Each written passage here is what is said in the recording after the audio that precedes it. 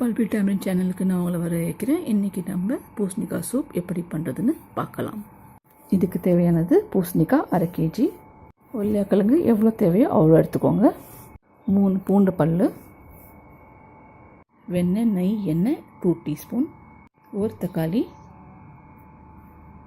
1/2 இஞ்சி துண்டு இஞ்சி, 1 வெங்காயம்,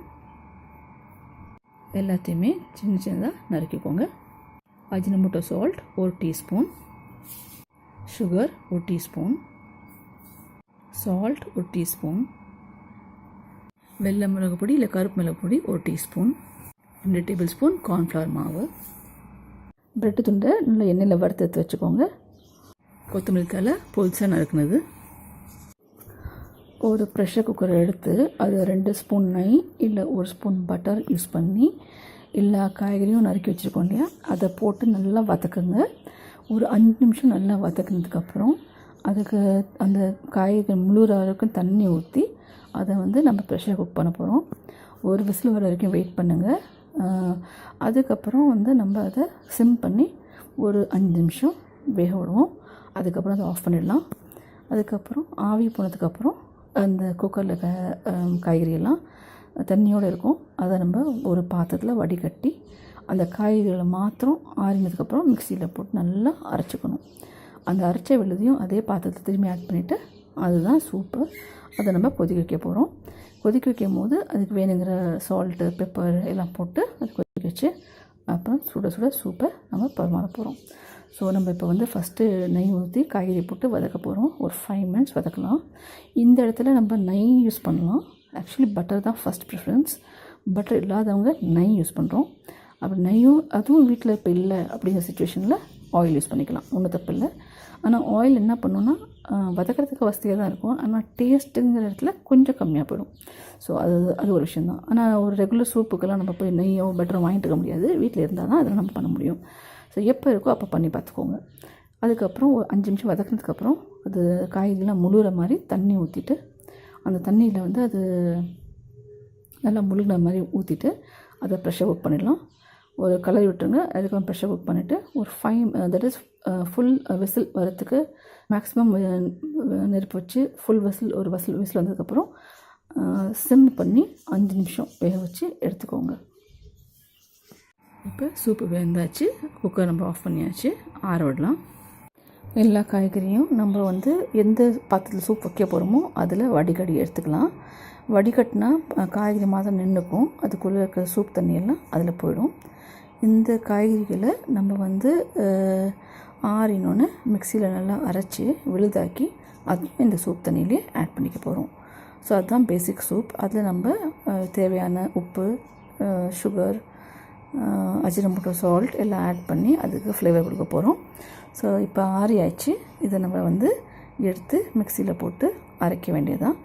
அது வெந்ததுனால டக்குன்னு பேஸ்ட் ஆகிடும். ஸோ அது நல்லா பேஸ்டியாக அரைச்சி அதில் சேர்த்துக்கோங்க.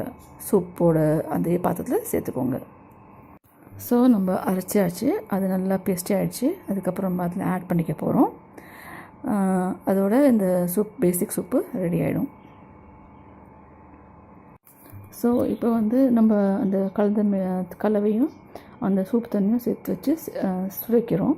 இதுக்கு தேவையான அஜினமோட்டோ சால்ட்டு, உப்பு, சுகர் எல்லாம் ஆட் பண்ணி அதுக்கு டேஸ்ட் ஃப்ளேவர் கொடுக்க போகிறோம்.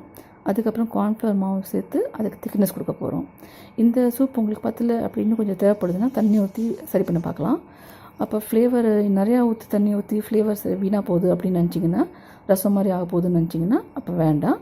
அப்போ நீங்கள் எல்லா பொருளுமே ஜாஸ்தி போட்டுற மாதிரி முதல்ல பிளான் பண்ணிக்கலாம்.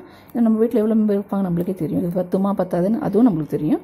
இது ஒரு 4 பேர் சாப்பிட்ற மாதிரி இருக்குன்னு வச்சுக்கோங்களேன். ஒரு 4லேருந்து 5 பேர் சாப்பிட்ற மாதிரி இருக்கும். ஸோ அதனால் என்ன பண்ணலான்னா, அதுக்கு என்னென்ன தேவையோ அதெல்லாம் அந்த பொருளாக நம்ம எக்ஸ்ட்ராவாக இதுக்கு சேர்த்துக்கலாம். ஸோ நம்ம நம்ம வீட்டில் நிறைய மெம்பர்ஸ் இருக்காங்கன்னு நினச்சா அதுக்கு தகுந்த மாதிரி எல்லாத்துலேயும் கொஞ்சம் ஜாஸ்தியாக போட்டுக்கிட்டு நம்ம ஆட் பண்ணிட்டோம்னா நம்மளுக்கு இன்னும் கொஞ்சம் நிறையா சூப் வரும். அதுக்கு தகுந்த தண்ணியும் ஆட் பண்ணிக்க போகிறோம் இல்லையா. ஸோ சூப்பு நம்ம எல்லா ஃபேமிலிக்கு எல்லாம் கரெக்டாக வந்துடும். இப்போ இந்த சூப்பில் நம்ம கார்ன்ஃப்ளவரில் தண்ணி கரைச்சி அதை ஆட் பண்ண போகிறோம். அதுக்கு திக்னஸ் கொடுத்துரும். அப்புறம் 1 டீஸ்பூன் பெப்பர் ஆட் பண்ணுவோம். ஸோ சூப் சுட சுட ரெடி ஆகிடுச்சு. ஸோ நம்ம அடுப்பில் இந்த சூப் எடுத்து வைக்கும் போதே வீட்டில் இருக்க எல்லாரையும் கூப்பிட வேண்டியது தான். ஏன்னா அவங்கவுங்க ஒவ்வொரு வேலை பார்த்துட்ருப்பாங்க. சில பேர் செல்ஃபோனில் விளாண்டுருப்பாங்க, சில பேர் கம்ப்யூட்டரில் உட்காந்துருப்பாங்க, சில பேர் டிவி பார்த்துட்ருப்பாங்க. எல்லாரையும் வர சொன்னால் தான் வந்து உட்காருவாங்க. அது ஒரு வாட்டி சொன்னால் யாருமே வர மாட்டாங்க. 2-3 வாட்டி கத்தி கூப்பிட்டா தான் வருவாங்க. முதல்ல அவங்க வர வச்சுடுங்க.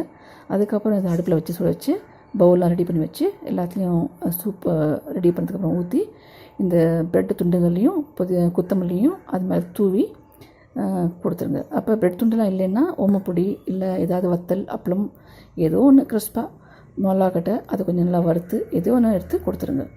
So soup ready.